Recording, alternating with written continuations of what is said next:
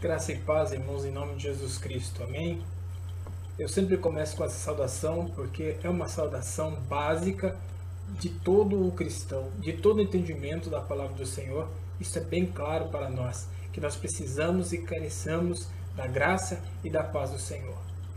Aqui, Tiago chama a atenção dos recém-convertidos, os cristãos, que estão vindo de um sistema de vida judaizante, né? Eles eram todos judeus, viviam na sinagoga, viviam nos ritos, né, da sinagoga, e agora estão vivendo uma eclesia, uma igreja. E neste momento eles estão se adaptando ao cristianismo, que neste período nem era chamado este nome ainda, né? Era um momento difícil em que a igreja estava passando, e Tiago, que estava à frente desta igreja, escreveu para eles a medida desta proporção a respeito de discriminação.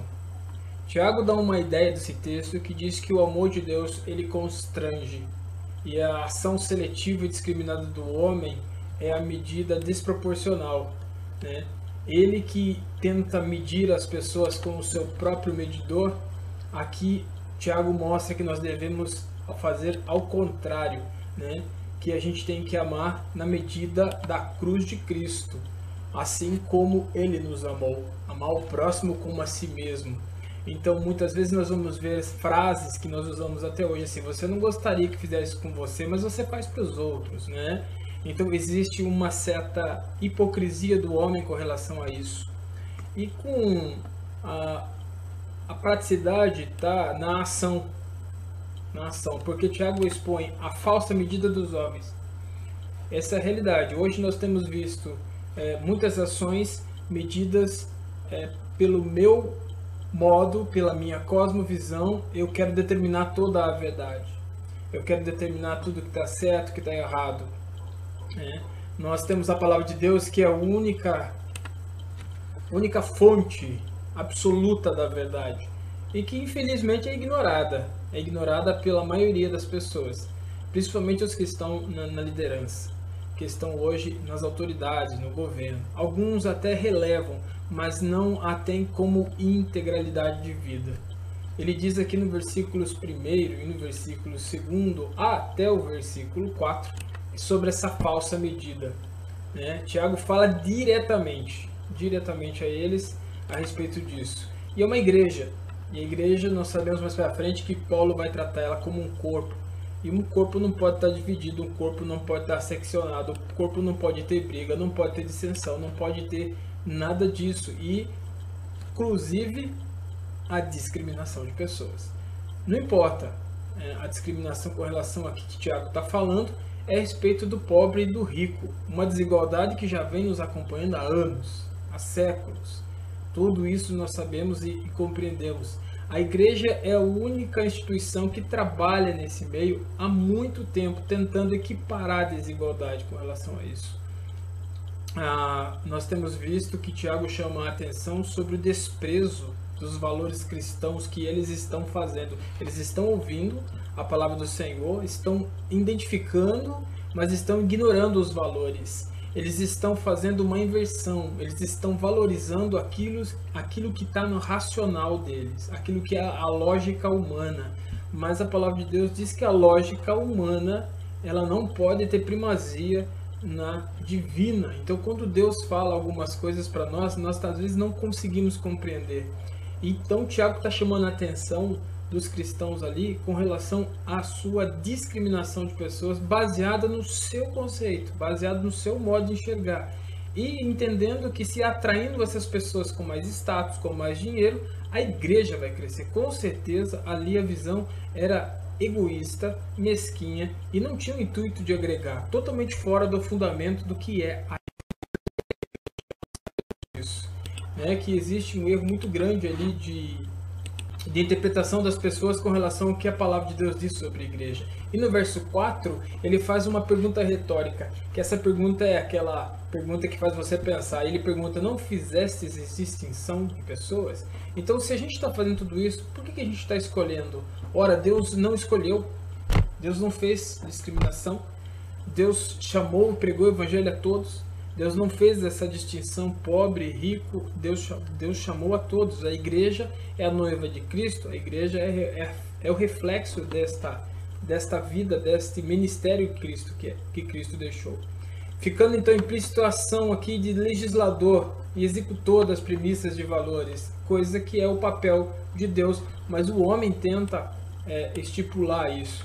Recentemente nós temos visto no site do Portas Abertas a igreja sofrendo, a igreja sendo perseguida, e esse tipo de pensamento dentro da própria igreja dissemina essa secção, dissemina essa ideia de separar, dissemina essa ideia de suprimir, dissemina essa ideia de impor o que nós queremos, e a igreja perde o perfil da noiva de Cristo e passa a ser só um conjunto de pessoas se reunindo aos fins de semana, e deixa de ser a imagem, e deixa de ser a noiva de Cristo. Ela perde o seu propósito, ela perde o seu fundamento. A igreja não pode perder esse fundamento. E Tiago chama a atenção que nós, hoje, estamos vendo que desde aquela época a igreja já sofria esse tipo de posicionamento diante da sociedade.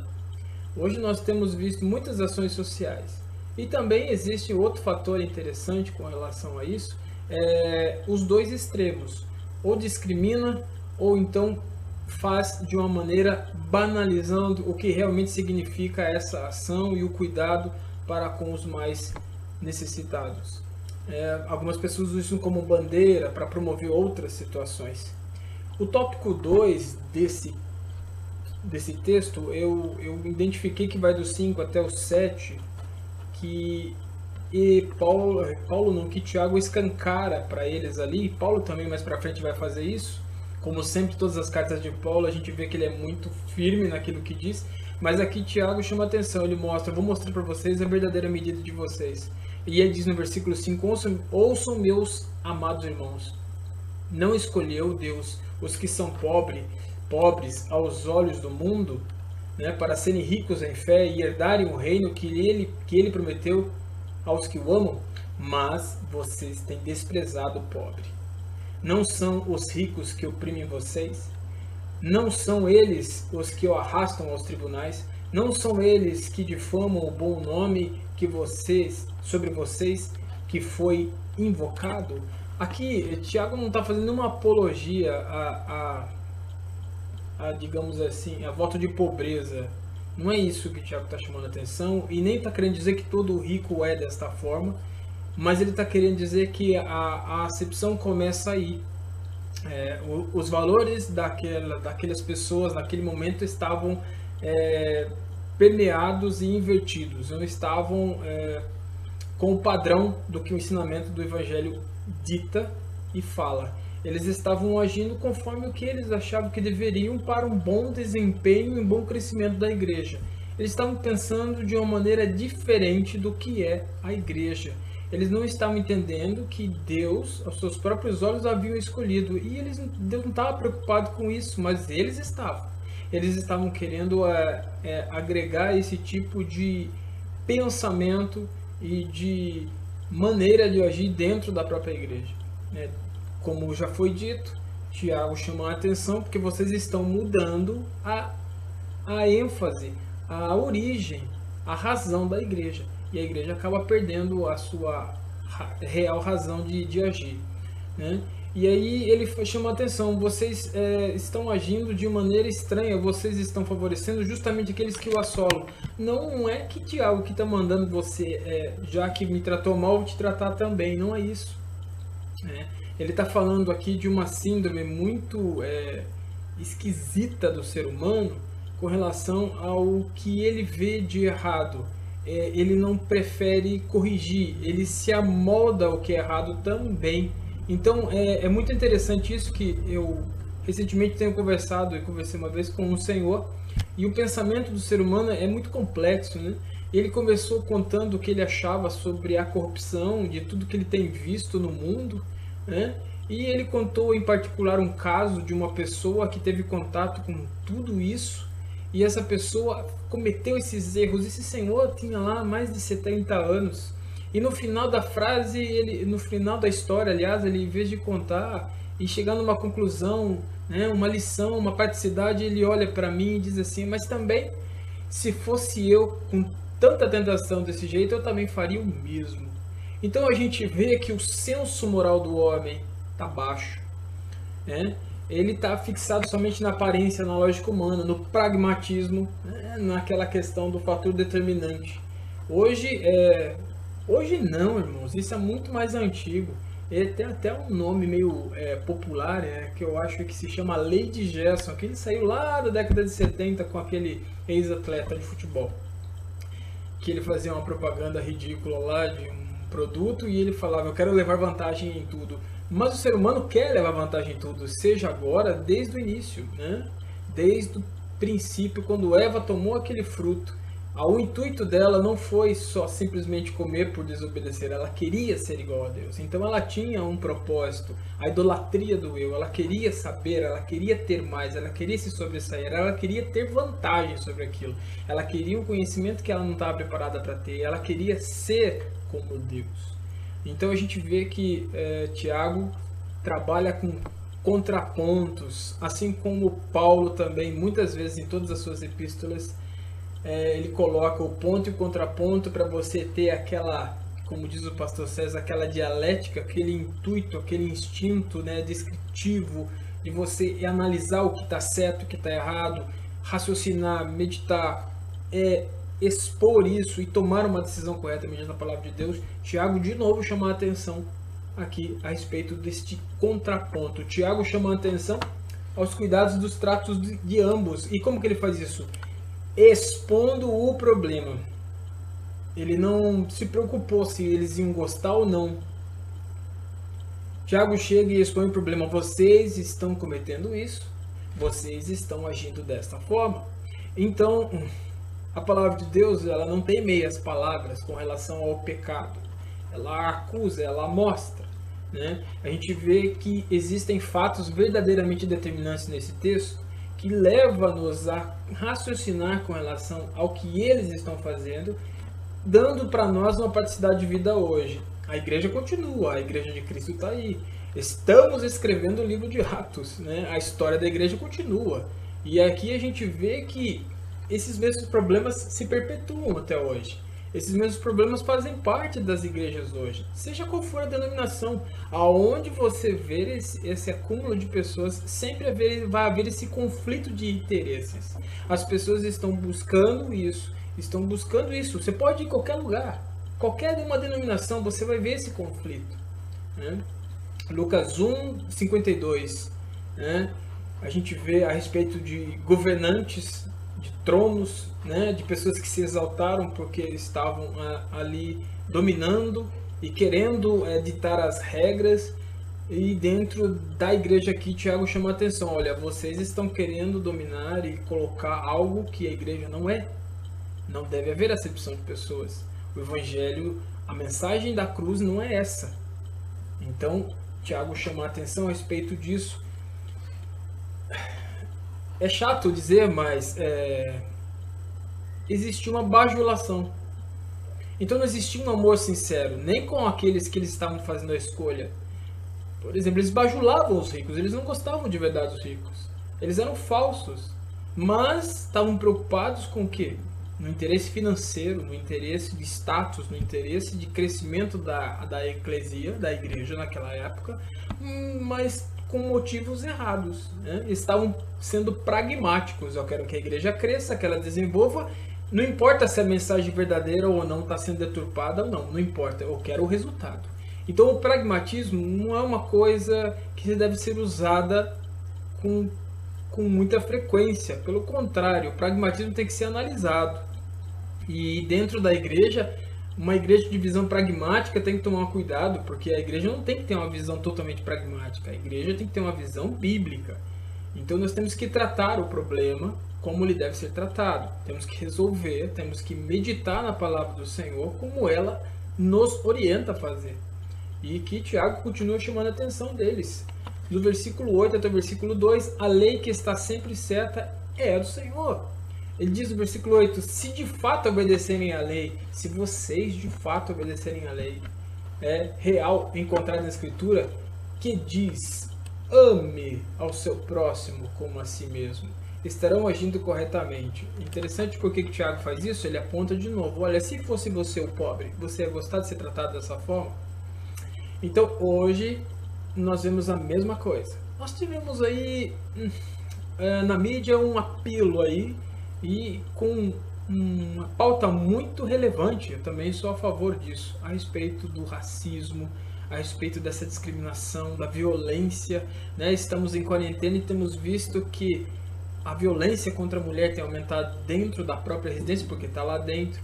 Então isso acompanha a sociedade. E o que é a igreja? É a sociedade lá dentro. Então nós, como cristãos, temos que sair desse ciclo fechado e fazermos ser igreja em meio à sociedade.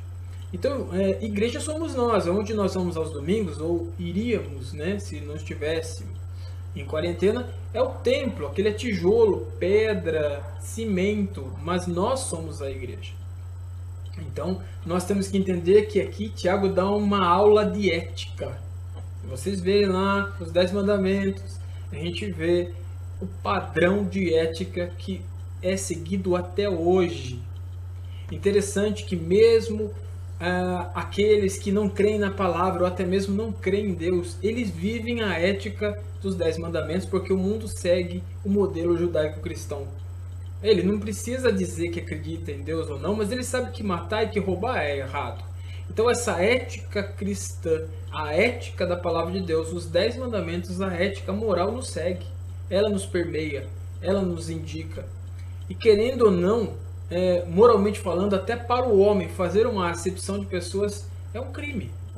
Você escolher por causa de interesse, você se torna uma pessoa mesquinha de uma moral lá embaixo.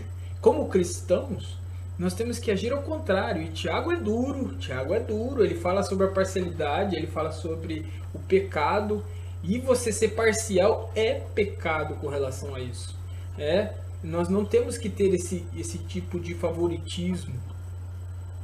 Quando nós clamamos ao Senhor, quando nós oramos ao Senhor pela nossa igreja, pela igreja do Senhor, pelos nossos queridos irmãos que estão distantes, né, nós temos que colocar de todo o nosso coração, todo o nosso sentimento, o nosso amor, nosso empenho nessa oração. E você tem que desejar isso de coração. Estamos sentindo falta de estarmos no templo, estamos sentindo falta da comunhão, de poder abraçar o irmão, de poder tocá-lo. Nós não fomos feitos, nós não fomos criados para viver dessa forma. Mas estamos passando por esse período. E quando chegarmos ao templo, e quando formos lá, a igreja reunida, nós vamos ver que virão pessoas. Virão pessoas doentes, pessoas feridas, pessoas sangrando, cansadas. Estão cansadas de tudo que tem passado por esse sofrimento. Elas vão ao templo. E sabe o que elas vão querer encontrar lá? Irmãos receptivos, que não façam acepção de pessoas, cristãos que abracem, cristãos que levem a palavra de Deus, a palavra de amor, de edificação, que exaltem os atributos de Deus, da justiça, do amor de Deus, que falem para elas quem é o Deus, quem é aquele que morreu na cruz por você, aquele que te amou, aquele que te instrui, aquele que deu a vida por você.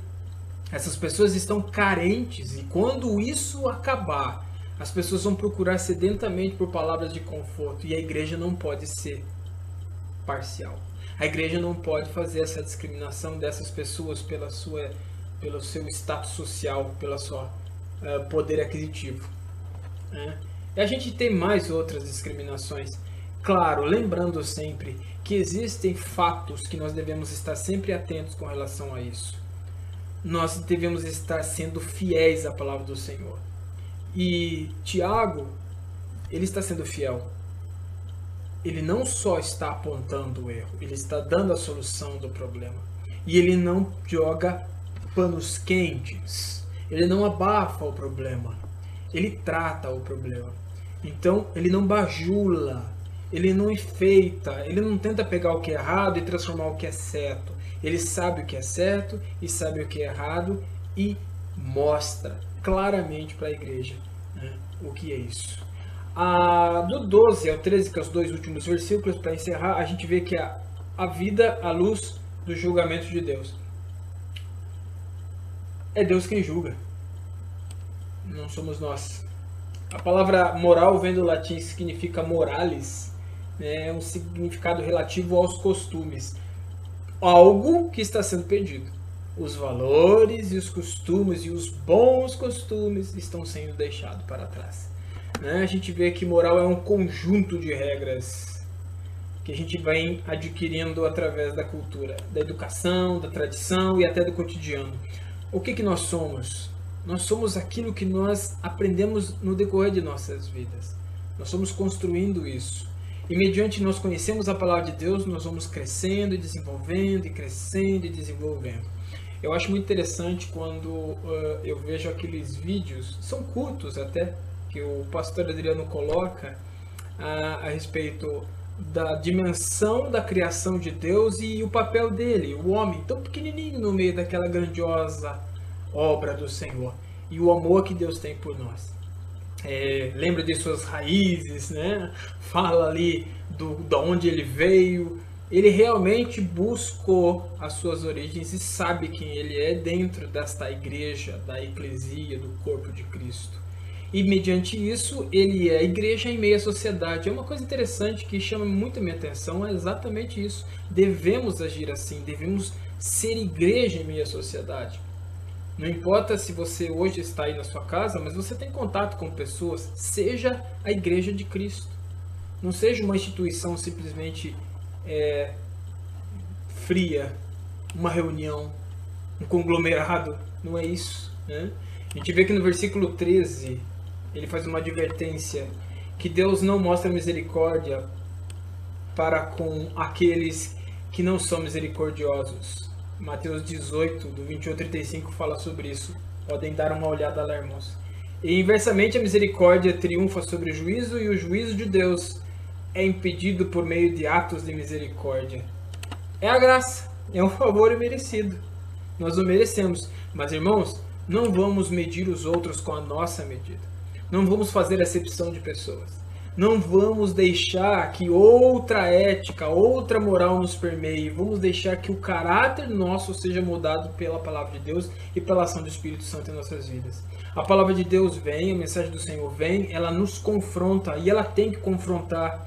Ela tem que nos mostrar aonde estamos, qual o nosso problema, aonde estamos errando. Né? E ali devemos nos acertar diante do Senhor. Qual que é a conclusão que eu tiro? Deixe a palavra de Deus permear a sua ética. Que a sua bússola seja a palavra de Deus. E não conceitos humanos e muito menos interesses escusos, frios. Amém, meus queridos irmãos? Deus nos abençoe neste culto de quarta-feira e que venhamos a estar orando cada vez mais para que possamos sair desta situação mais fortalecidos em nome de Jesus. Amém?